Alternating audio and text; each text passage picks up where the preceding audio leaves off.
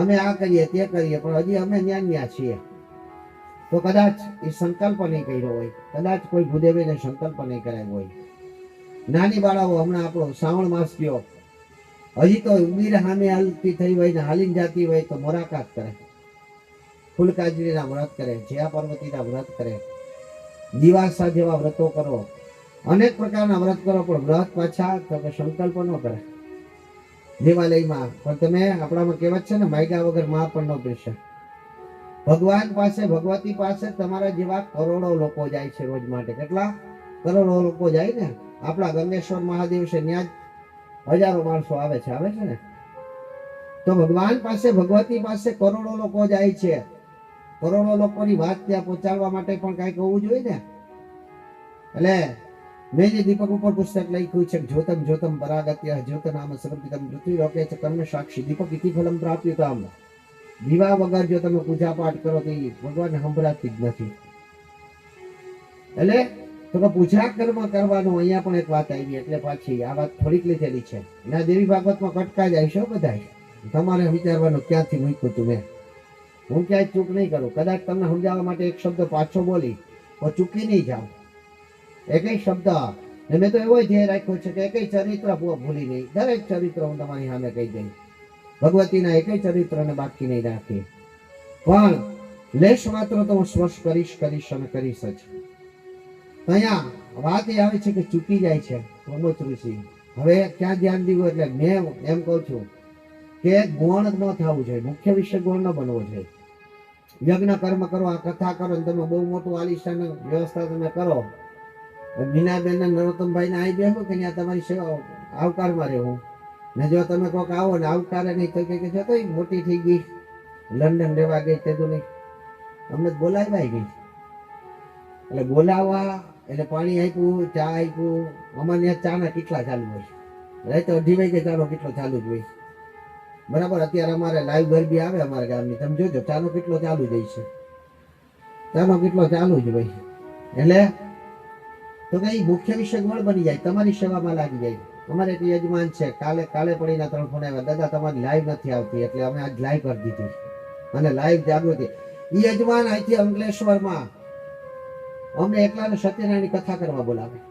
અમે મુના મહારાજ, અમે અનિલભાઈ, એકવાર વાસ્તુ કરવા બોલાવે, એકવાર નાનો હવન કરવા બોલાવે, એકવાર એના ભાઈનો એક. અરે મેં કીધું બાપુ તમને આ નો પોહાય, પણ કે મારે પોહાવું તમારે, તમે આવો. એટલે એ તો મારી વાત થઈ, પણ એને નહીં આવું. અમે કથા કરવા ગયા હતી 2 માણસ ને છોકરો 3 જ હતા, 3 જ, ચોથું વ્યક્તિ નહીં.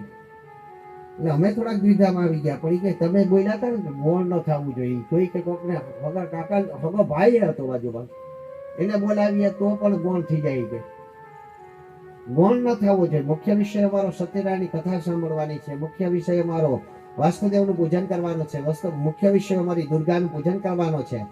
અમે દુર્ગામાંથી ભટકી ન જઈએ, અમે ભગવાનમાંથી ભટકી ન જાય. કોક આવ્યા આગતા સ્વાગતાથી માંડી એને ખૂન ખાવું એને પીવું. નરતમભાઈ આ કથા પૂરી થાય પછી બ્રાહ્મણોને ફરાર 10 વાર તો પૂછવા આવે, ઘટે તો એમાં રહેવું. પણ કથા પૂરી કર્યા પછી રહી છે. બાકી ઓલી કથા ચાલુ હોય ને, હજારો મહેમાનને આમંત્રણ આપ્યું હોય તો એને આવકારમાં અમારે રહેવું, કથા સાંભળવી, અને ગોળ બની જાય. એટલે યા પ્રમોદ ઋષિ માટે પણ ગૌણ બની જાય છે. ને માત્ર વિચાર કયો આવે છે, મારી દીકરીનું શું, મારી દીકરીનું શું. ત્યારે નક્કી કરી લે છે કે નહીં ભાઈ હું તો ભટકી રહ્યો છે. ઘણા લોકોને જ્ઞાન થઈ જાય, બુદ્ધિ અને જ્ઞાનમાં ફરક છે. જ્ઞાન થઈ જાય કે ભાઈ હું ક્યાંક, અને મને પણ ઘણી વખત થઈ જાય ક્યાંક ભટકાઈ ગયો, એટલે તરત સેકન્ડના ભાગમાં ખબર પડી જાય કે હું આયો હતો. એટલે એને કહેવાય જ્ઞાન. એટલે જ્ઞાન થઈ જાય છે કે ઓહો હું તો ભટકી રહ્યો છે, મારી દીકરીમાં આસક્તિ જન્મી રહી છે. ત્યારે એને કીધું કે દેવને જ આપણે ઉપાસના કરીએ તો, ભગવતીને જ કહી દઈએ તો. એટલે ભગવતીની ઉપાસના કરવા માંડે છે, ભગવતીના મંત્રનો જાપ કરવા માંડે છે. આ કલ્યાણકારી ભગવતીને કહે છે કે હે ભગવતી, તારી જ કૃપાથી આ કન્યા મને પ્રાપ્ત થઈ છે, અને તારી કૃપા વગર તો કાંઈ પ્રાપ્ત થતું જ નથી. આય તમારી જો મહેનત વગર કાંઈ મળતું નથી, તો ભગવતીની કૃપા ન હોય ને તો પણ કાંઈ મળતું નથી. ભગવતીની કૃપા નો થાય તો કાંઈ મળે નહીં. એટલે ભગવતીની કૃપા પ્રાપ્ત કરવા માટે થાય. અને અહીંયા પ્રમોદ ઋષિ પણ યજ્ઞ કર્મ કરીને ભગવતીનો યજ્ઞ કરે છે. યજ્ઞ કરે છે તો જે યજ્ઞ તમે આજે કરી રહ્યા છો, એ નવરાત્રી સમય દરમિયાન ભગવતીનો 9 દિવસ પૂજન કરે છે અને ભગવતીનું અનુષ્ઠાન કરે છે અને ભગવતીના મૂળ મંત્રનો જાપ કરે છે. ઓમ એમ રીમ ક્લીમ ચામુંડાય વીચે. ઓમ એમ રીમ ક્લીમ ચામુંડાય વીચે. ઓમ રીમ ક્લીમ ચામુંડાય વીચે.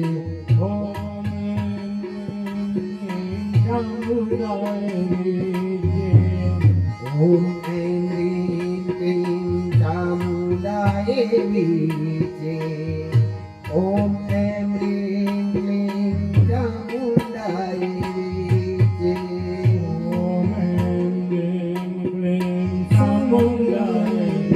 ચામુંડાય વીચે. ઓમ એમ રીમ ક્લીમ ચામુંડાય વીચે. ઓમ એમ રીમ ક્લીમ ચામુંડાય વીચે.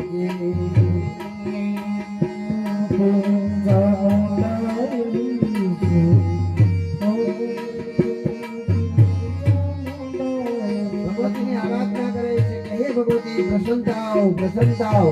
ભગવતી કાળી જ કૃપાથી કરી અને મને કન્યા રત્ન પ્રાપ્ત થઈ છે. એટલે આ કન્યાની ચિંતાથી કરી આ કન્યાનો શું થશે માત્ર ને માત્ર આ એક વિચારની શક્તિ મારા મગજની અંદર પ્રવેશી રહી છે.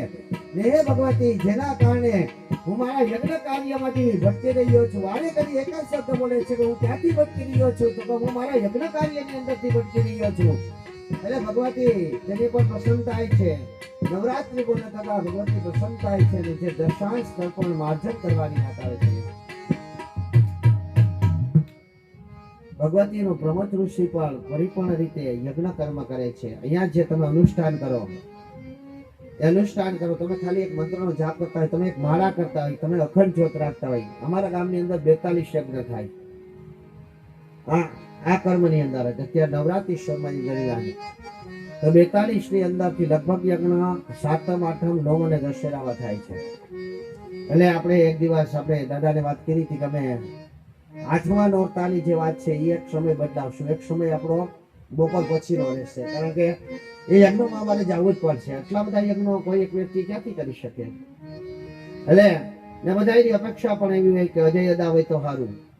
એટલે અમારે જે 8મા નોરતે ને જવાનું છે, ભગવતીનો યજ્ઞ થાય, ભગવતીનો હોમ થાય અને ભગવતીને ખીરનો હોમ પણ કરવો પડે, ભગવતીને બલિદાન પણ આપવું પડે, ભગવતી પાસે પ્રાયશ્ચિત કરવું પડે, ભગવતીને અખંડ જ્યોત 9 દિવસ રાખવી પડે. એટલે આપણે અહીં 2 જ્યોત રાખી છે ને અખંડ. એક તેલનો દીવો કર્યો છે અને એક ધૃત ઘીનો દીવો કર્યો છે. ત્યાં તામસ્ય દેવ ક્રોધિત દેવ હોય ને, મહાકાળી છે, હનુમાનજી છે, ભૈરવ દાદા છે, આ બધા તામસ્ય દેવમાં આવે. ક્રોધિત ભવાની પણ તામસ્ય દેવની અંદર નામ છે. આપણે એવું કીધું હતું કે ભવાનીને તેલનો દીવો થઈ શકે, કીધું હતું ને પેલા વિશે. તામસ્ય દેવો છે એને બધા એને તેલનો દીવો થઈ શકે. જે ભૂતો પ્રેતો પિશાચો પર વાર કરી ચૂક્યા છે એની પર એનો તમે દીવો, તામસ્ય દેવનો તમે દીવો તેલ વાટનો કરી શકો, આડી વાટનો કરી શકો. બાકી બધા દેવો માટે ફૂલ વાટનો ઘીનો દીવો માન્ય છે. પણ હવે પછીના વિદ્વાનો એવું કીધું કે અત્યારે શુદ્ધ ઘી મળતું નથી, અને જો ગાયનું ઘી તમે શુદ્ધ લેવા જાઓ તો અકલ્પનીય થાય. એવડા રૂપિયા ભાવ છે એના. એક સામાન્ય ગાયનું ઘી અત્યારે 1200-1300 રૂપિયા વેચાય છે, અને જો હારી ગાય હોય તો હજારોમાં એની કિંમત છે. એટલે સારી ગાયનું ઘી ન મળે. બાકી અત્યારે જે તમે ઓલા ડબલા માં જો આવો એટલે દાદાએ કીધું હું ગોતી લઈશ, ને ખરેખર ક્યાંકથી ગોતી આવ્યા. પણ સાચું ઘી જોઈને જ એમ ખબર પડે. હું સવારે દીવો કરવા ઘી લાવું એટલે એ ઘી માં એમ ખબર પડી જાય કે આ ચોખ્ખા ગાયનું ઘી છે. એટલે તો કઈ ચોખ્યા જે ગાયનું ઘી હોય એ દીવાની વાત કરી કે નિત્ય કર્મની અંદર પછી પૂર્ણ કરે છે, ખીરનો હોમ કરે છે, અને યજ્ઞની સામે બેઠા હતા એટલે સ્વયં અગ્નિદેવ એની પર પ્રસન્ન થાય છે. અને અગ્નિદેવ આકાશના માધ્યમથી અગ્નિની જ્યોત રૂપો ઉત્પન્ન થાય છે, અને એમાંથી એક શબ્દ આકાશવાણી, તમે એને કહી શકો આકાશવાણી. અહીંયા મને કાંઈક સંભળાણું તો હું અહીં બેઠો હતો, તો અહીં યશવાણી પણ કહી શકાય. બાપુ વગાડતા વગાડતા જેને કાંઈક સંભળાય એ સરસ્વતીની વાણી પણ કહી શકાય. એટલે તમને એમનેમ કાંઈક વાસ થાય ને કાંઈક સંભળાય તો એને અન્ય શબ્દ તમે કહી શકો. એટલે મારી દ્રષ્ટિએ અહીંયા વક્તાઓ એમ કહે છે કે આકાશવાણી થઈ, પણ અગ્નિના માધ્યમથી આકાશવાણી થઈ, કારણ કે એ અગ્નિદેવની સામે હતા. એટલે સાક્ષાત એક ચિત્ર બની જાય છે કે સાક્ષાત અગ્નિદેવ એને દર્શન આપ્યું હોય અને એને કહે છે કે હે પ્રમોદ ઋષિ, હે દેવર્ષિ, હે મહાત્મા, તમે કોઈ પણ પ્રકારની ચિંતા ના કરો. કેમ કેમ કેમ કે એના માટે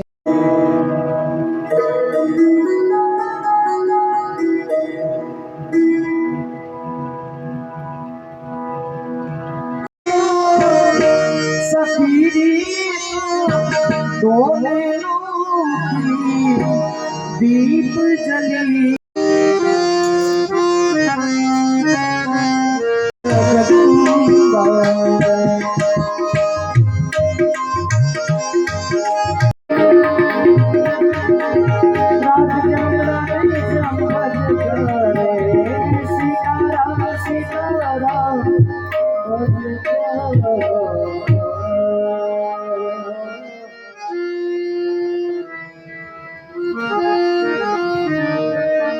હરિઓમ. ભગવતી ગેલમની અસીમ કૃપાથી કરી અને મુખ્ય મનોરથી શ્રી યજમાન શ્રી નરોત્તમભાઈ, એમના ધર્મપત્ની શ્રીમતી મીનાબેન તેમજ એમના પરિવારનું કલ્યાણ થાય.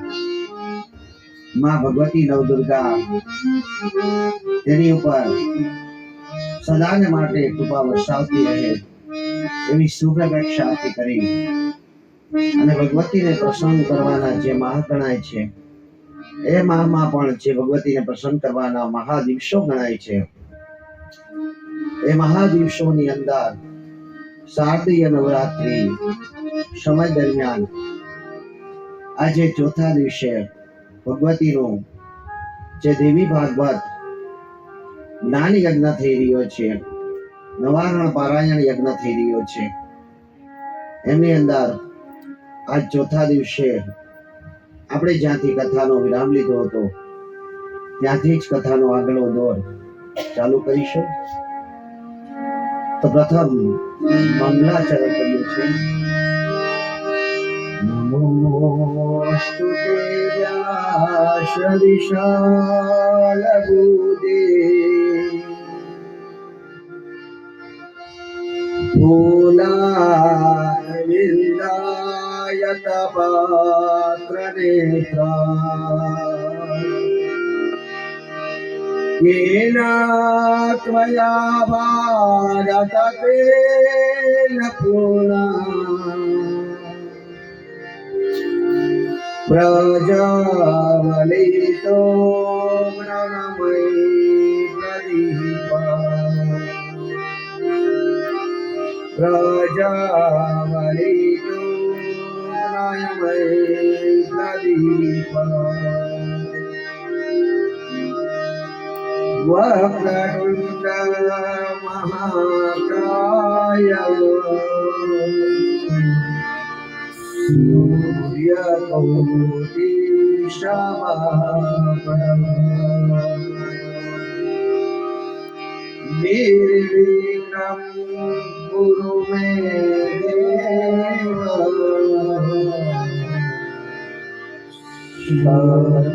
सर्वकार्येषु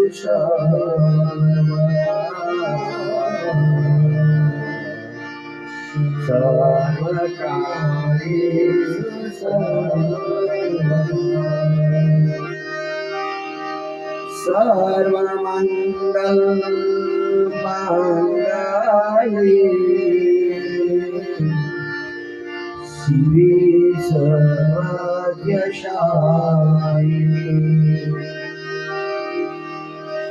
शरण्ये श्रियम्बिका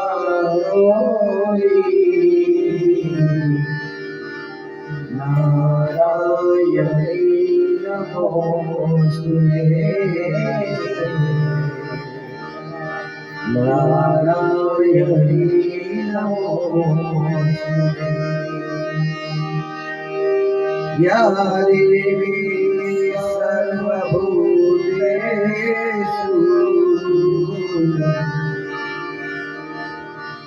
शक्तिरूपेण संस्थिता नमस्तस्यै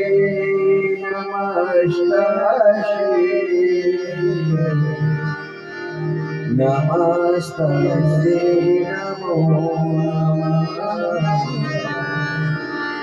नमस्तस्यै नमो या देवी सर्वभूतेषु विद्यारूपेण संस्थिता नमस्तस्यै नमस्तस्यै नमस्तस्यै नमो नमस्तस्यै नमो या देवी सर्वभूतेषु लक्ष्मीरूपेण संस्थिता नमस्तस्यै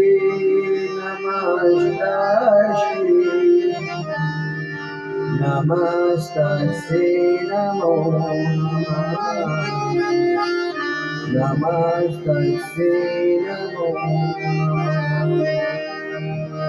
मङ्गलं भगवान् विष्णु मङ्गलं गरुडध्वज मङ्गलं पुण्डरीकाक्ष सर्वमङ्गलाय तनो सर्वमङ्गलाय तनो आरुद्रेण रुद्ररूपाय रुद्राकरोषमाश्रिता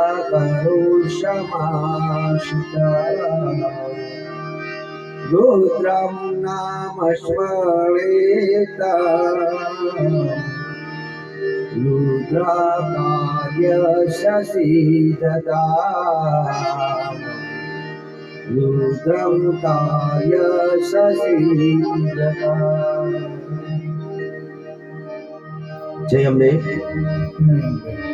भगवती विलंबेना चरणों में कोटि कोटि प्रणाम करी मां नवदुर्गा स्वरूप वाग्मय स्वरूप एवं देवी भागवत महापुराण चरणों में कोटि कोटि नमन करी अहीं विराजमान भगवती स्वरूपी चामुंडा माताजी महाकाली माताजी मोमाई माताजी दादा ना चरणों में कोटि कोटि वंदन करी प्रथम मारा गुरुजी ने नमन करी मारा पिता माता पिता ना चरणों में नमन करी वेदों ज्ञान जेनी पासे प्राप्त थयुं छे एवा भगवान स्वयं आ पृथ्वी परना देव तरीके जेने विराजमान कर्या छे एवा सप्तऋषिना वंशज पृथ्वी परना देव गणाता एवा भूदेवोना चरणों में कोटि कोटि वंदन करी मां जगदंबिका सरस्वतीनी जेनी पर असिंत पावर्षी छे एवा सरस्वतीना उपासकोने नमन करी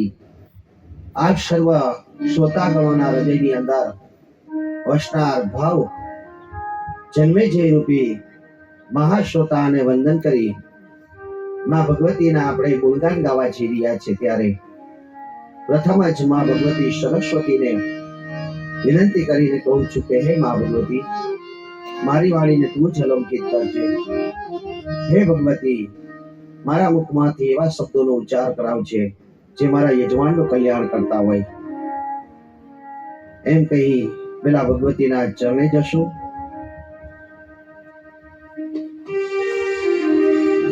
અંબાના શરણે જે જાય ફેરો એનો સફળ થઈ જાય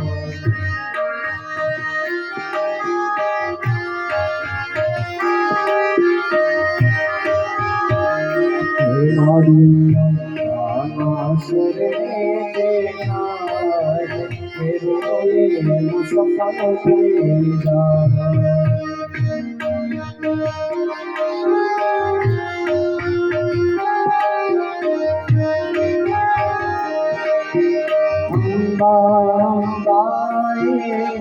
મુખેથી બોલતા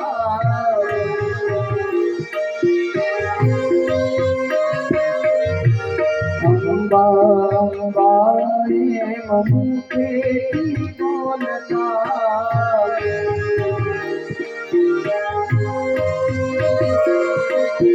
દુઃખ અને કષ્ટને પળમાં ભગાડતા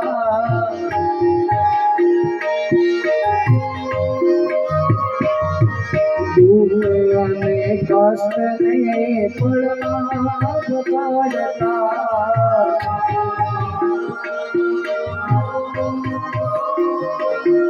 અંતર મારા જીવન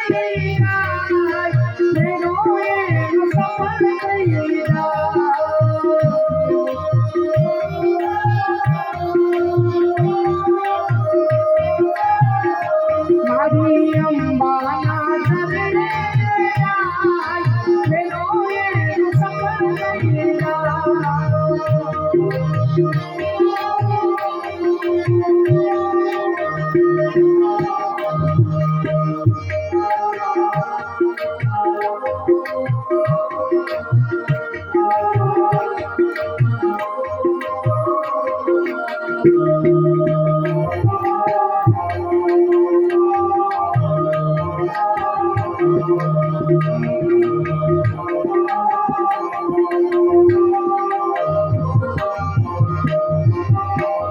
દુનિયા મારી તારા ચરણે આવતા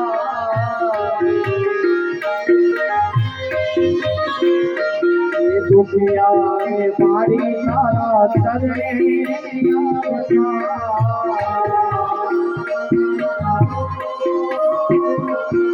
ખોળામાં લઈ મારી હાથ ફેરવતા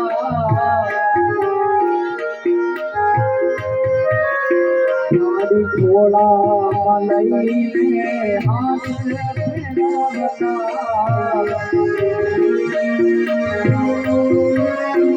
મારી સુખડા પીને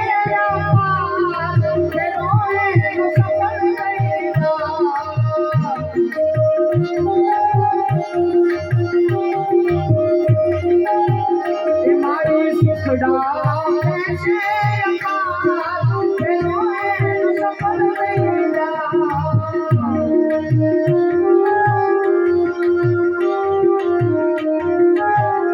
મારી અંબાના ચરણે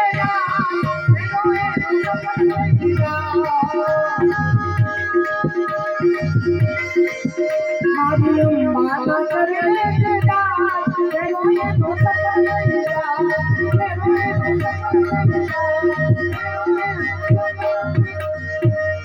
જગદંબા શરણે ફેરો એનો સફળ થઈ જાય મારી મારીના ચરણે જાય ફેરો એનો સફળ થઈ જાય બોલ્યા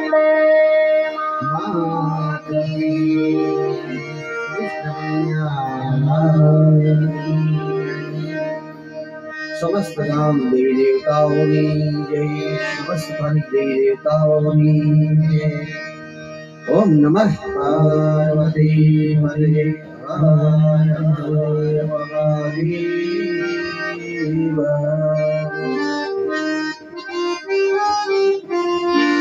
અંબાના ચરણે જે જાય ફેરો એનો સફળ થઈ જાય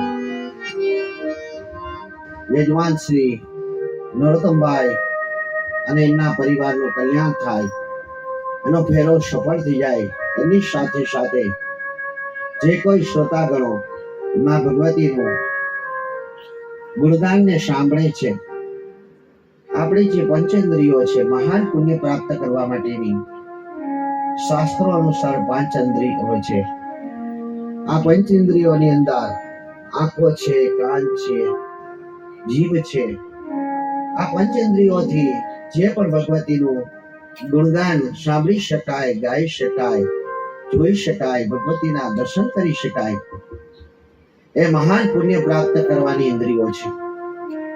તો અહીંયા આજ રોજ ચોથા દિવસે જ્યાંથી આપણે કથામાં વિરામ લીધો હતો ત્યાંથી આપણે આગળનો દોર ચાલુ કરીશું. તો ગઈકાલે આપણે દેવતક નામના મન્વંતરની વાત કરી કે આ રેવતીનો પુત્ર દેવતક બન્યો અને તેણે આખું મન્વંતરની કથા ચલાવી, આખું મન્વંતર ચલાવ્યો. આજ સુધી કથામાં આપણે હતા. આજે રોમહર્ષણને તે મહાત્મ્ય પૂર્ણ કરે છે ત્યારે સર્વ ઋષિઓ આપણી કથા જ્યાંથી ચાલુ છે નૈમિષારણ્ય નામના વનની અંદર 88,000 ઋષિઓના વક્તા તરીકે રોમહર્ષણ સૂજી બિરાજમાન છે. અને સૂજીને પ્રશ્ન કરે છે ત્યારે એના જવાબની અંદર ભગવતીના જે ચરણે જાય છે તે ખરેખર મોક્ષના અધિકારી બની જાય છે. એ સ્વર્ગના રસ્તે તો પહોંચી જ જાય છે પરંતુ મોક્ષના અધિકારી બની જાય છે.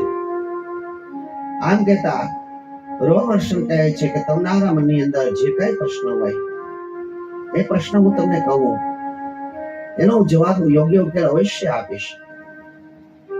એમ કહી અને ભગવતીના કથા કઈ રીતે પ્રારંભ કરવો જોઈએ, ભગવતીની કથા કરવા માટે કેવી કેવી વ્યવસ્થા કરવી જોઈએ, ભગવતીની કથા કરનાર વ્યક્તિ શું શું નિયમનું પાલન કરવું છે. અહીંયા શ્રોતાના નિયમ ફરીથી પહેલેથી બતાવવામાં આવ્યા છે, એટલે અહીંયાથી આવતા હતા શ્રોતાના નિયમ. પરંતુ જે મેં તમને પહેલા કહી દીધું એટલા માટે કહી દીધું કે ત્યારે પણ કીધું હતું અને ફરીથી કહું છું, કેટલા માટે કહી દીધું કે તમે ક્યાંક દોષ ન કરી બેસો. અને ભગવતીનું પૂજન કઈ રીતે કરવું જોઈએ, ભગવતીની આરાધના કઈ રીતે કરવી જોઈએ, ભગવતીનું અનુષ્ઠાન કઈ રીતે કરવું જોઈએ, એ આખી વાત કરે છે. 9મે દિવસે દશાંશ તર્પણ માર્જન કઈ રીતે કરવું જોઈએ, 9મે દિવસે ભગવતીને જે હોમાદિ કર્મ છે એની અંદર ખીરનો હોમ કઈ રીતે કરવો જોઈએ, ભગવતીને ખીરનો હોમ અવશ્ય કરવો જોઈએ. અને ભગવતીને ખીરનો હોમ કઈ રીતે કરવો જોઈએ આખી વાત કરી અને કહે છે કે હવે કઈ પ્રશ્ન ઉદ્ભવ થતો હોય તો કયો. એટલે આ જ કથા 3.5 કલાકની હતી છે, તો એ આપણે પહેલા વર્ણવી દીધી છે, જેથી કરી અને તમારી અને મારાથી બંનેમાંથી એકઈથી ભૂલ ન થાય. તો અહીંયા ભગવતીની શરૂઆત કોણે કરી હતી તો કે પહેલા તો કે આપણે જે દેવી ભાગવતની શરૂઆત થાય છે એની અંદર મુખ્ય શ્રોતા તરીકે જન્મે છે અને મુખ્ય વક્તા તરીકે વ્યાસજી છે. પરંતુ અહીંયા નૈમિષારણ્ય વનની અંદર મુખ્ય શ્રોતા તરીકે રોમહર્ષણ સૂજી છે અને 88,000 શ્રોતાઓ છે. તો અહીંયા તે પ્રશ્ન કરે છે કે વ્યાસજી આ બધું કર્યું તો વ્યાસજીને ભગવતીએ કઈ ભક્તિ આપી હતી, શક્તિ આપી હતી? ભગવતીની માયાથી તો જગત આખું મોહિત થઈ ગયેલું છે. તો ભગવતીની ઉપાસના કરવા માટે વ્યાસજી પાસે પણ આ ગુણ આપવા માટેનું જ્ઞાન ક્યાંથી પ્રાપ્ત થયું? વ્યાસજી ભગવતીને પરિપૂર્ણ રીતે સમજી શક્યા? તો હે પ્રભુ, અમે વ્યાસની કથા સાંભળવા માંગીએ છીએ કે વ્યાસજીને આવું શા માટે વિચાર આવ્યો, ના ભગવતીના ગુણગાન શા માટે લખ્યા અને જન્મજીને શા માટે કથા આપી? લાઈ રોમહર્ષણ કહે છે કે વ્યાસ જ નહીં, સાવધાન થઈને સાંભળો. માત્ર વ્યાસ જ નહીં પરંતુ અખિલ બ્રહ્માંડના માલિક ત્રણેય બ્રહ્મા, વિષ્ણુ અને રુદ્રને પણ જ્યારે જ્યારે સંકટો આવ્યા, જ્યારે જ્યારે સમસ્યા ઉદ્ભવી ત્યારે ભગવતી યોગ માયાને જ તેમણે યાદ કરી અને ભગવતી યોગ માયાની અસીમ કૃપાથી કરી તે સંકટોમાંથી મુક્ત થયા હતા. ત્યારે બધા પ્રશ્નો કરે છે કે એ કઈ રીતે? ત્યારે શુજી કહે છે કે હે ઋષિવરો, પૂર્વકાળ, અહીં પણ શબ્દ પૂર્વકાળ જ લખેલું છે, કારણ કે વ્યાસ છે અત્યારે જે વ્યાસ છે આપણે જેની કથા જેને રચયિતા બન્યા અને જેની કથા આપણે અત્યારે ગાઈ રહ્યા છે એ કૃષ્ણ દ્વાપર નામના વ્યાસ થયા. પ્રથમ વ્યાસ બ્રહ્માજી સ્વયં થયા, ત્યાર પછી દ્રોણ વ્યાસ થયા, એમ 19મા વ્યાસ શક્તિ થયા, ગૌતમ પણ વ્યાસ થયા, વશિષ્ઠ પણ વ્યાસ થયા, ઇન્દ્ર સ્વયં વ્યાસ થયા, ભરદ્વાજ પણ વ્યાસ થયા. વ્યાસ એટલે વિસ્તાર કરીને વ્યાસ કહેવાય. આખા જે જે કાંઈ વેદો હતો એનો વિસ્તાર કરે, એનું વિભાજન કરે તે વ્યાસ છે. અત્યારે 28મો કળિયુગ આલે છે ને 28માં વ્યાસ થયા છે. જે કૃષ્ણ દ્વૈપાયન હતા અને આપણે એને વ્યાસજી તરીકે એ નો જન્મ થયો ત્યારે તે કાળા હતા ને એનો જન્મ કઈ રીતે એનો ગર્ભ રહ્યો હતો તો કે નદી વચ્ચે આરે રહેતો. એક દ્વીપ હતું, દ્વીપની અંદર અત્યારે પણ આપણે એક દીવ પર એક દ્વીપ છે. આ દ્વીપની અંદર એનો ગર્ભ રહ્યો હતો અને એને હિસાબે એનું નામ કૃષ્ણ હતું, કૃષ્ણ દ્વૈપાયન હતા. અને વ્યાસ તો એને સર્વત્ર આપણા વેદોનું વિભાજન કર્યું એટલે વિસ્તાર કર્યો આખા, એટલે વ્યાસ આપણે કહીએ છીએ. બાકી જે કોઈ નામ હવે પછીના 29માં વ્યાસ જે થશે આ કથા માત્ર દેવી ભાગવતની અંદર જ છે. 29માં ભવિષ્યમાં જે વ્યાસ થવાના છે દ્રોણી નામના વ્યાસ થશે. આપણે જેમ ખબર છે કે કલયુગની અંદર કલ્કી અવતાર આવવાના છે ભગવાન, એમ ભવિષ્યમાં જે વ્યાસ થવાના છે દ્રોણી નામના વ્યાસ થવાના છે. તો વ્યાસની કથા કહેતા કહે છે કે સાંભળો, વ્યાસજી એક વખત યજ્ઞ કર્મ કરી રહ્યા હતા. યજ્ઞ કર્મ ભગવતીની માયા જેની ઉપર પડે છે એમની માયામાંથી મોહિત થયા વગર રહેતો જ નથી. વ્યાસજી યજ્ઞ કર્મ કરતા હતા અને આ સમયને વિશે ચીચી ચીચી અવાજ આવતો હોય છે. વ્યાસજીની દ્રષ્ટિ પડે છે તો કોઈ વૃક્ષ હોય છે, વૃક્ષ ઉપર બે ગોરીલા પક્ષીઓ બેઠા હોય છે, એક નર અને એક માદા. આ બે ગોરીલા પક્ષીઓને જોઈ વ્યાસ તેનામાં મોહિત થઈ જાય છે. કોઈક અમુક સુંદર પક્ષીઓને જોઈએ આપણે પણ મોહિત થઈ જાય, સુંદર વાતાવરણને જોઈએ આપણે મોહિત થઈ જાય, સુંદર નદીઓ ઘટાઓને જોઈએ આપણે મોહિત થઈ જાય. વ્યાસજી પણ એ મોહિત થઈ જાય છે અને મોહિત થાય અને વિચાર કરે છે કે ઓહો કેટલા સુંદર પક્ષીઓ છે.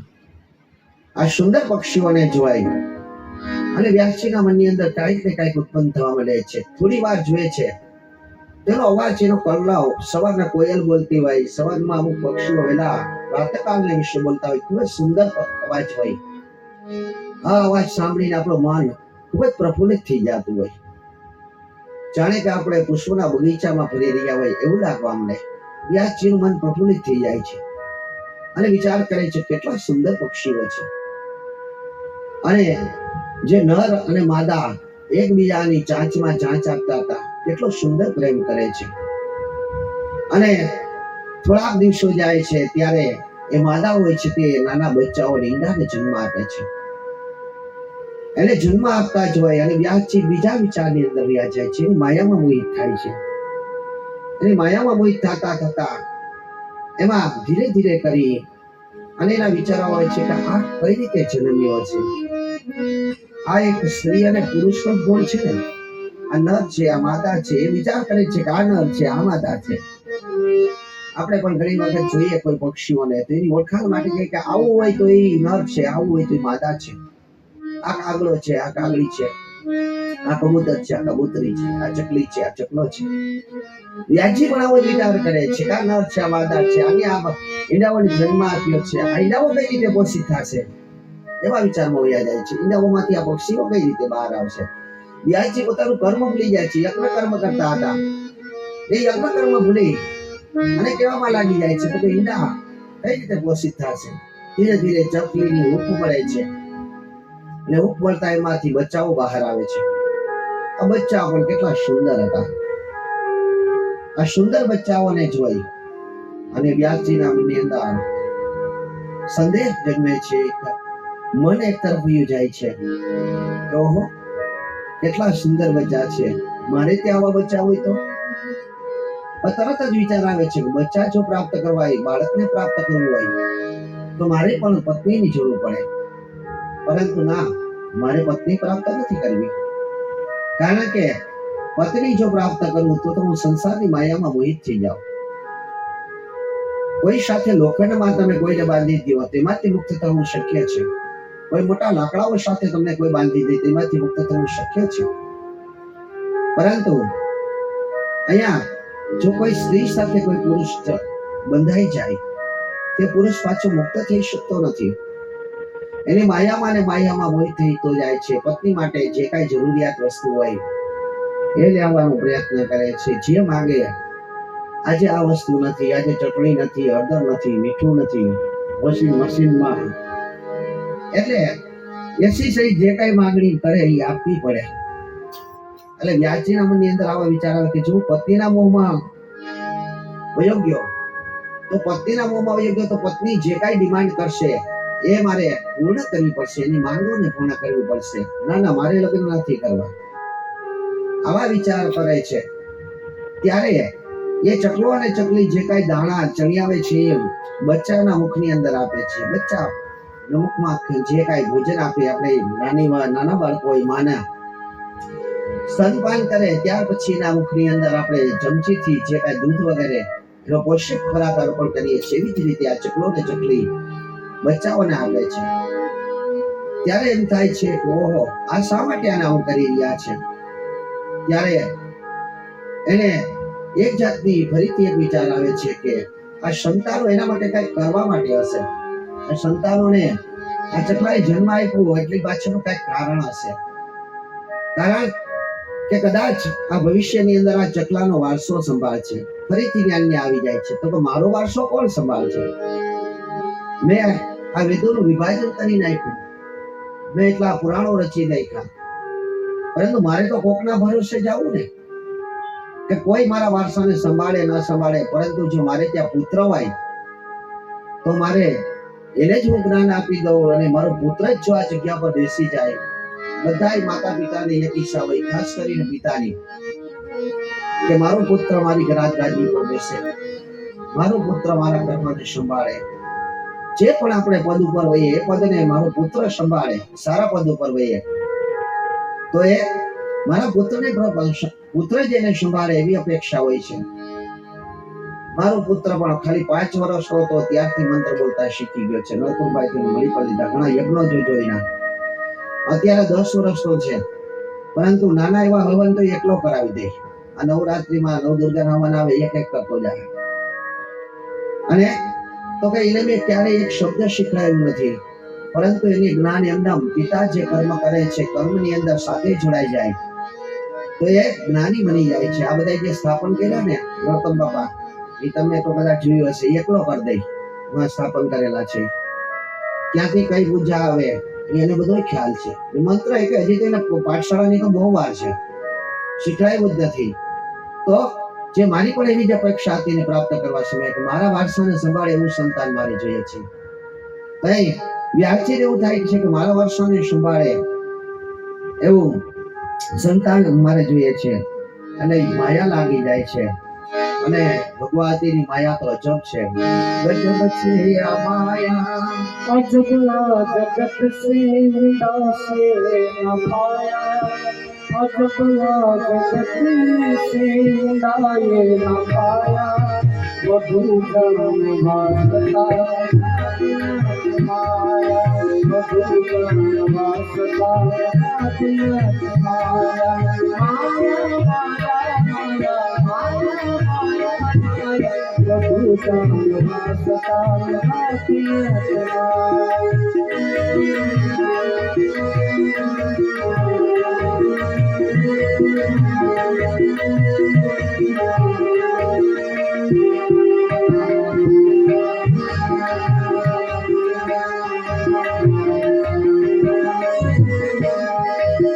જગત જીતવાને કરે મોટી વાત, પોતાનું મન ડૂબે નથી રે મનાતું.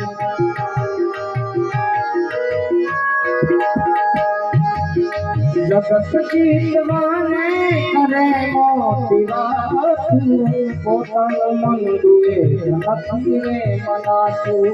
પેલે રે પગથિયે हमसे बताया, पेले रे पगथिये हमसे बताया, बधु जन्म वासता में नाती माया, अजब जगत से उड़ा से न पाया, अजब जगत से उड़ा न पाया, बधु जन्म वासता में नाती माया.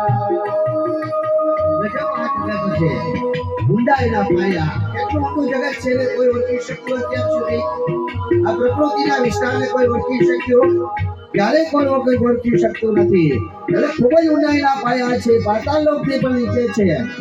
અને બધું આપણે જાણીએ છીએ, સત્ય અસત્યને જાણીએ છીએ, પાપ અને પુણ્યને જાણીએ છીએ, અપવિત્રતા અને પવિત્રતાને જાણીએ છીએ. આપણે મોહ માયામાં બંધાયેલા છે.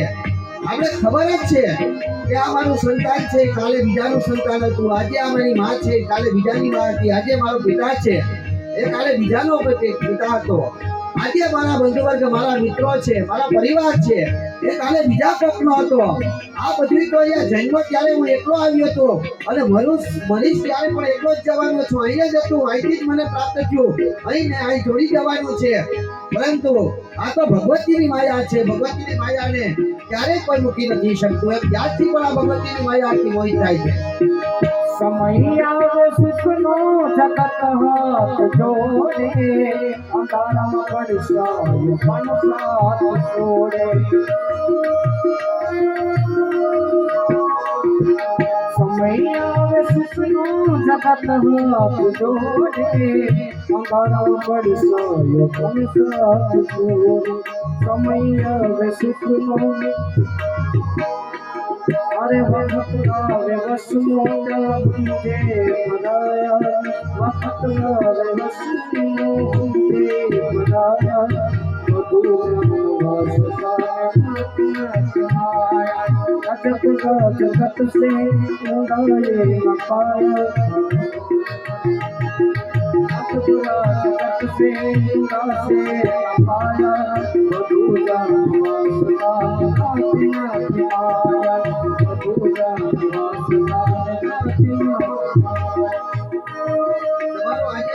છે.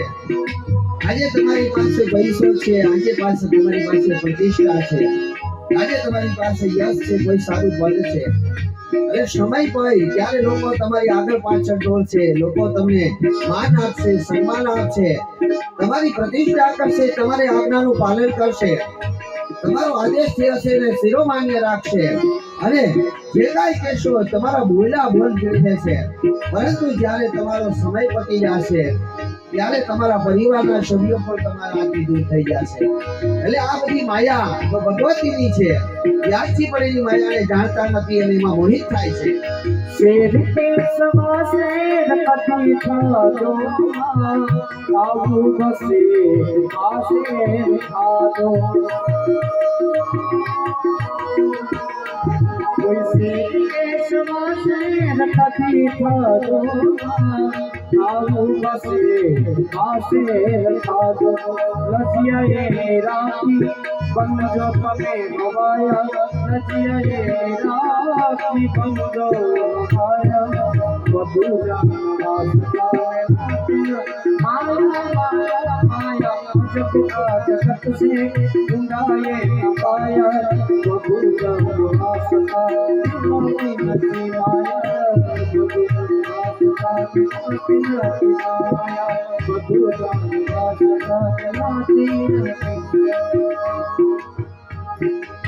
એટલે આ સમય જે વિશે અહીંયા વ્યાસજી વિચાર કરે છે કે હવે આ માયામાંથી મારે મુક્ત થવું હોય તો કોને કેના ચરણે જાવ, શું કરવું, કોનું ભજન કરવું, કોની ભક્તિ કરું કે આમાંથી મોહિત કરું, આમાંથી મુક્ત કરે.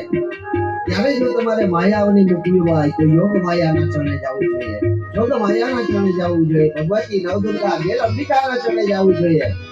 વ્યાસજી એ વિચાર કરે છે કે હું કોનું ભજન કરું, કોની પ્રાર્થના કરું, કોની યાચના કરું કે મને સાચો રસ્તો બતાવે. ભ્રમિત થઈ ગયા હતા, દ્વિભાવની અંદર આવી ગયા હતા કે શું મારે લગ્ન કરવા જોઈએ, શું મારે સંતાનની પ્રાપ્તિ કરવી જોઈએ.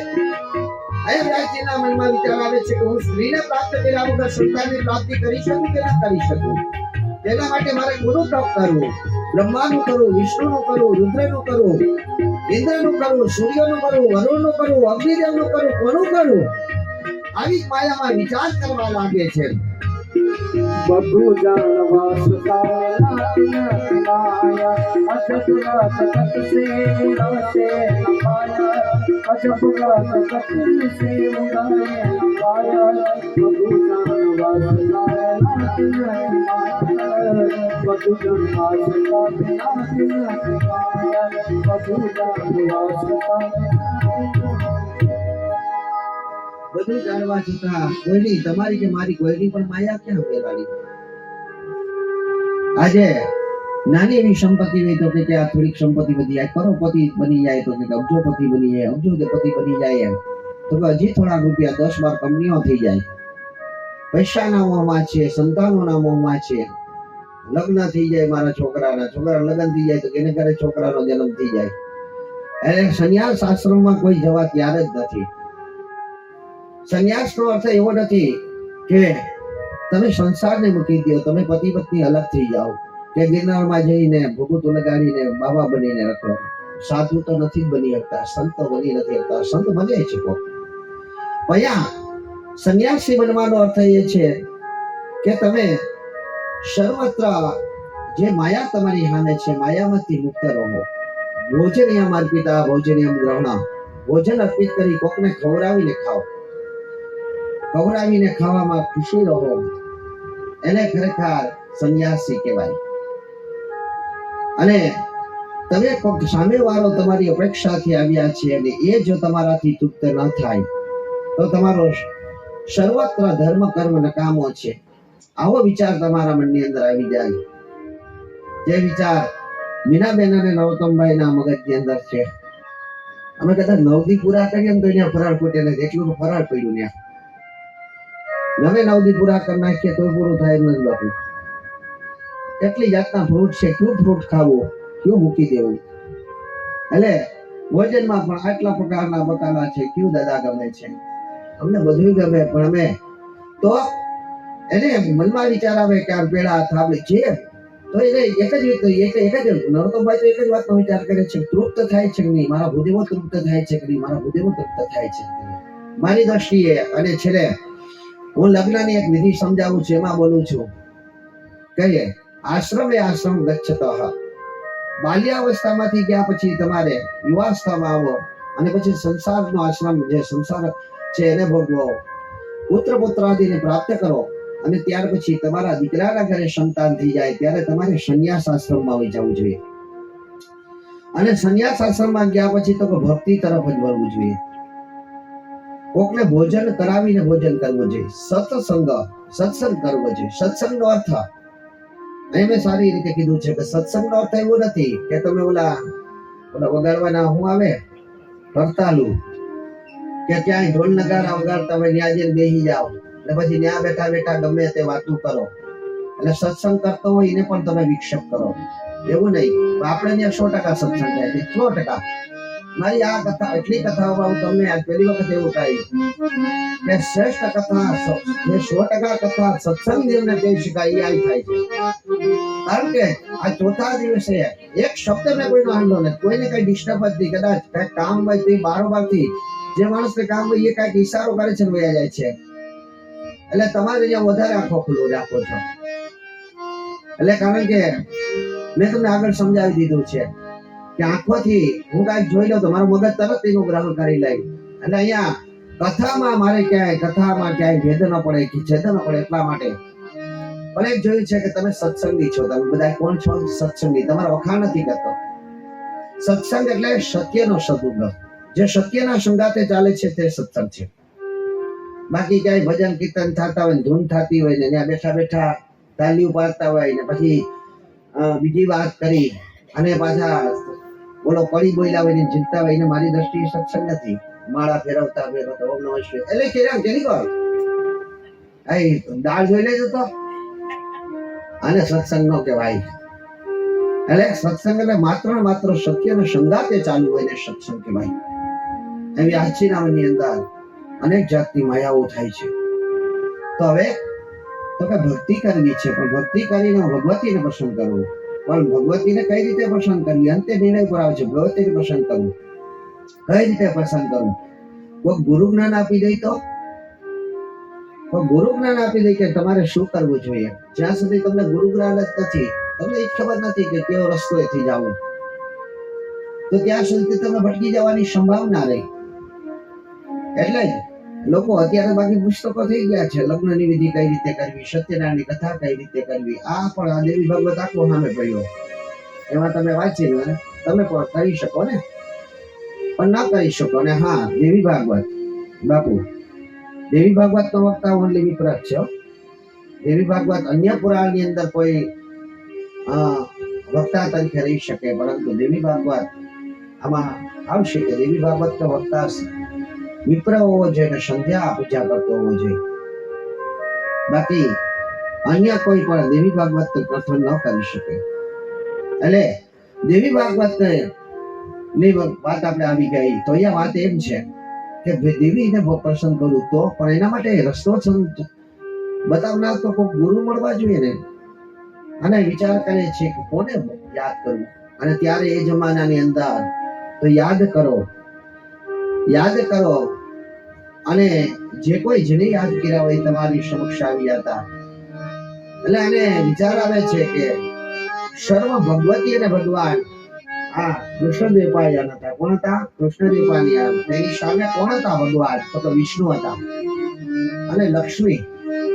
એટલે ભગવતીને યાદ કરવા માટે અને વિષ્ણુને યાદ કરવા માટે તો વિષ્ણુના મુખ્ય સેવકને યાદ કરવું. મુખ્ય તો કોને યાદ કરે છે? તો નારદજીને યાદ કરે છે. હે નારદજી મનોમન વિચાર કરે છે. જેમ વ્યાસજી પેલા ગણપતિને યાદ કર્યા કે હે ગજાનંદ, હે ગજાનંદ, હે ગજાનંદ. એટલે ગજાનંદ ઉપરથી આવી ગયા. બોલો ને વ્યાસજી શું કરવું? મારા લેખિત કરવું. એટલે લખી નાખ્યું આખા 18 પુરાણ. એમ અહીંયા નારદજીને યાદ કરે છે કે હે નારદજી, નારદજી, નારદજી. નારદજીનું નામ લેતા નારદજી આવે એટલે સુખતાજી આવે, હાથમાં કરતાલ હોય અને એક જ નામ લેતા આવે. શું આવે? નારાયણ નારાયણ શ્રીમન નારાયણ નારાયણ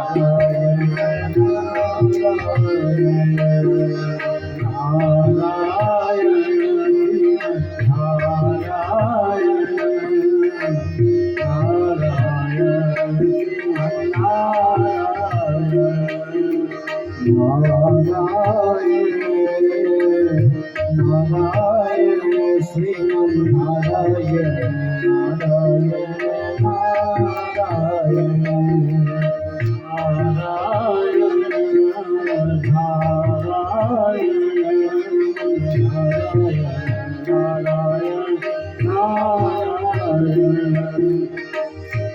આકાશવાણીમાંથી નારાયણ નારાયણ અવાજ આવે છે અને વ્યાસજી વિચારે છે કે નારદજી આવી રહ્યા છે અને તે પણ નારાયણ નારાયણ બોલવા લાગે છે.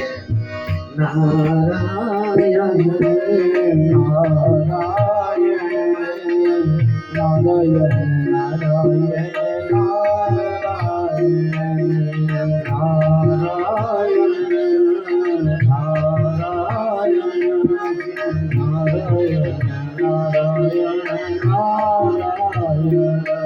હરિ ઓમ નમો નારાયણ ઓમ નમો નારાયણ નમો નારાયણ હરિ ઓમ નમો નારાયણ ઓમ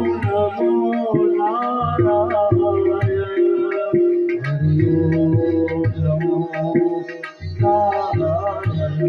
શ્રીમન નારાયણ નારાયણ હરિ હરિ નારાયણ નારાયણ હરિ હરિ ઓ તેરી લીલા સબસે ન્યારી નારી હરિ હરિ હરિ ઓ નમો નારાયણ ઓ નમો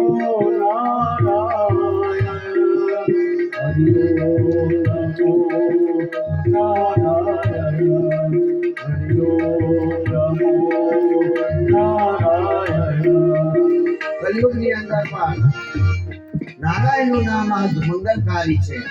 કલયુગની આપણે બધાયની માં કોણ છે? તો મહાલક્ષ્મી છે. પિતા કોણ છે? તો ભગવાન શ્રી હરિ. એટલે હરિનો અહીંયા પણ મંત્રોચ્ચાર નારદજી પણ આ રીતે કરે છે કે મનરા માત્ર નારાયણ નારાયણ બોલ. એટલે જ મને લાગે છે કે ઘણા બધા સંતો નારાયણ નારાયણ નારાયણ જાપ કરતા હોય, દિવસ રાત નારાયણ શબ્દ બોલતા હોય. અમે કાલ જે દિવાળીઓના દર્શને ગયા તો ત્યાં પણ સામે નમીને જે સંતો સહિત જે કોઈ સેવકગણો હતા બધા કહેતા ઓમ નમો નારાયણ, ઓમ નમો નારાયણ, ઓમ નમો નારાયણ. દરેક આત્માની અંદર આત્મા એ જ પરમાત્મા. આત્મા વિષ્ણુના અંશમાંથી જ આપણે બધા ઉત્પન્ન થયેલા છે. નારાયણનો જ આપણે એક અંશમાં છીએ એવો વિચારી અને દરેક આત્માને આપણે બોલાવીએ ત્યારે એમ કહે છે વચમાં નારાયણ નારાયણ નારાયણ. શ્રીમન્નારાયણ નારાયણ હરે હરે નારાયણ નારાયણ હરે હરે ભજન નારાયણ નારાયણ હરે હરે નારાયણ નારાયણ હરે હરે ભજન નારાયણ નારાયણ હરે હરે લીલા सबसे प्यारी हरि हरि हरि हो तेरी लीला सबसे प्यारी प्यारी हरि हरि हरिओ नमो नारायण ओम नमो नारायण हरिओ नमो नारायण हरिओ नमो નારાયણ. આકાશમાંથી નારદજી આવે છે. નારદજીને જોઈ વ્યાસજી પોતાના સિંહાસન ઉપરથી ઊભા થઈ પ્રાત્યક્ષાયમ કરે છે. વ્યાસજી તેના પગ ધુએ છે. તેમના યોગ્ય આસન ઉપર બિરાજમાન કરી નમન કરી અને કહે છે કે હે પ્રભુ મારી પર કૃપા કરો, હું ખૂબ દ્વિધામાં મુકાઈ ગયો છે. મને આજે આ સંસારની માયા મને મોહિત કરી રહી હોય એવું લાગે છે. હે પ્રભુ મને સર્વત્ર રીતે અત્યારે અજ્ઞાનતા તરફ હું ધકેલાયો હોય એવું લાગે છે. મને એક રીતે થાય છે કે મારે લગ્ન કરી લેવા જોઈએ, કારણ કે આવનાર ભવિષ્યમાં મારા વારસાને ટકાવે એવું મારે ત્યાં સંતાન પ્રાપ્ત થાય. પરંતુ હે પ્રભુ હું કોઈ સ્ત્રી સાથે પરણવા માંગતો નથી, સ્ત્રી સાથે લગ્ન કરવા માંગતો નથી, કારણ કે સ્ત્રીની માયામાંથી ક્યારેય કોઈ મુક્ત થતું નથી. આથી કરી મને કોઈ એવો રસ્તો બતાવો કે જેના કરવાથી મારે ત્યાં અયોની જ પુત્રની પ્રાપ્તિ થાય. અયોનીની પુત્રની પ્રાપ્તિ થાય એટલા માટે આપ મને કોઈ રસ્તો બતાવો, કારણ કે મને યાદ આવી જાય છે કે એ બીજી કથા આવી જાય છે. આવો સંદેહ શા માટે થાય છે કે સ્ત્રીની માયામાં મોહિત થાય અને સ્ત્રી સાથે લગ્ન કરે તો એને કષ્ટ ભોગવવું પડશે. તો વ્યાસજીને યાદ આવે છે ને કહે છે કે મને પુનર્વા યાદ આવે છે. જો આજે પહેલો ચેપ્ટર હવે ચાલુ થાય છે એટલે અને પેલા એક આવી ગયો પણ કહું છું કે પુનર્વાને આપણે બીજા જ દિવસે મૂકી દીધો હતો. લીલાનો સંતાન મને પુનર્વા યાદ આવી જાય છે કે પુનર્વા પણ એક સ્ત્રીની માયામાં મોહિત થયો, અપ્સરાની માયામાં ઉર્વશીની માયામાં મોહિત થઈ અને પોતાનું સર્વસ્ત્ર વિનાશ કરી નાખ્યું. અને કેટલું બધું હતું પુનર્વા પાસે. એટલે એક સ્ત્રીની માયામાં માને નથી ફસાવું, પણ યાદ આવે છે પુનર્વાની કથા કે અશુદ્ધમ્ય અને ઈલા જે ઈલાજ શુદ્ધમ્ય હતી એ સર્વત્ર રીતે ભગવતીનું ભજન કરે છે. ત્યારે ભગવતી પાસેથી અજાવિજ નામનું શસ્ત્ર અર્પણ કરે છે, પ્રાપ્ત કરે છે. ને અજાવિજ નામનું શસ્ત્ર ખૂબ જ હતું અને તેણે હજારો યજ્ઞો કર્યા, ખૂબ જ યજ્ઞો અને ખૂબ જ તપસ્યા કરી, જેના કારણે ઈલા અને બુદ્ધ બંને ભગવતીના ચરણોને પ્રાપ્ત કર્યા. પરંતુ તેનો વારસો જે હતો એ પુનર્વાને આપ્યો. પુનર્વા પણ પિતાની જેમ અતિશય ધર્માત્મા બન્યો, ભગવતીને પ્રાપ્ત કરવા માટે હંમેશને માટે તત્પર બન્યો અને તેને પણ 1000 અશ્વમેઘ યજ્ઞ કર્યા અને ખૂબ જ પ્રશંસા ચારે પર પુનર્વાની પ્રશંસા થવા માંડી કે પૃથ્વી પર કોઈ ધર્માત્મા હોય તો માત્ર ને માત્ર પુનર્વા છે. આના જેવો કોઈ શ્રેષ્ઠ નથી, આના જેવો કોઈ ઉત્તમ નથી. સ્વર્ગલોકની અંદર વાત થવા માંડી એટલે સ્વર્ગની અપ્સરાઓ પણ એનાથી મોહિત થવા લાગી. આ બાજુ એક વખત બ્રહ્મસભાની અંદર ઉર્વશી જાય છે. ઉર્વશી બ્રહ્માજી હોય છે ને ત્યાં નૃત્ય કરતી હોય છે. બ્રહ્માજી આવે છે પરંતુ દ્રષ્ટિમાન કરતી નથી. કોઈ આવે જેમ હું આવ્યો એટલે તમે બધા પોતાની ખુરશી પરથી પાછી ગયા. કોઈ વિશિષ્ટ વ્યક્તિ આવે તેને માન સન્માન આપવા માટે પોતાને ઉભો થઈ જવું જોઈએ. કોઈ અયોગ્ય અથવા તો મજાકનું કર્મ કરી રહ્યા હોય તો વિશિષ્ટ વ્યક્તિ આવે ત્યારે વાત બંધ કરી દેવી જોઈએ. એટલે તમે અંદરોદર ચર્ચા ક્યારે કરતા હોય અને કોઈ એવા વ્યક્તિનો પ્રવેશ થાય તો આપણે બંધીએ છીએ. એટલે અહીંયા પણ બ્રહ્માજીનો પ્રવેશ થાય છે, પરંતુ ઉર્વશી નૃત્યની અંદર હોય છે અને બ્રહ્માજી સામે જોતા જોતા પણ તે નૃત્ય કરતી હોય છે. બ્રહ્માજીને ક્રોધ આવે છે કે આવું કૃત્ય, આવું હીન કૃત્ય કોણ કરી શકે? મનુષ્ય જ કરી શકે. આ કર્મ તો મનુષ્ય કરે